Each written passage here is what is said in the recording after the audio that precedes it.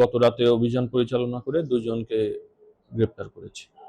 চাল পাবে কি পাবে না এটা হচ্ছে আইনে বিধিগতভাবে এরকম সুযোগ নেই। তারা যেহেতু এরকম একটি প্যারালাল খাদ্য বান্ধব কর্মসূচি শুরু করেছে, বিজ্ঞ আদালতই সিদ্ধান্ত দেবে আসলে কতটুকু যৌক্তিক বা অযৌক্তিক।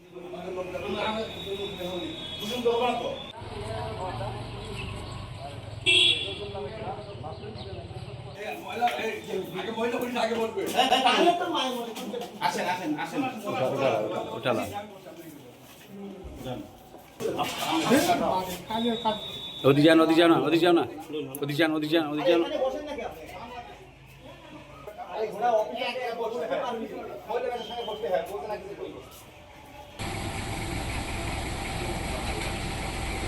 জেলা খাদ্য নিয়ন্ত্রকের কার্যালয় থেকে আমরা একটা এজাহার পেয়েছি।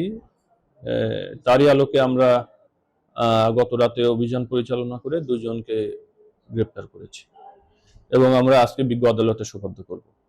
আর চাল পাবে কি পাবে না এটা তো জানেন যে এরকম কোনো কিছু করার সুযোগ আসলে নাই, আইনে বা বিধিগতভাবে এরকম সুযোগ নেই। তো তারা যেহেতু এরকম একটি প্যারালাল খাদ্য বান্ধব কর্মসূচি শুরু করেছে, বিজ্ঞ আদালতই সিদ্ধান্ত দেবে আসলে কতটুকু যৌক্তিক বা অযৌক্তিক।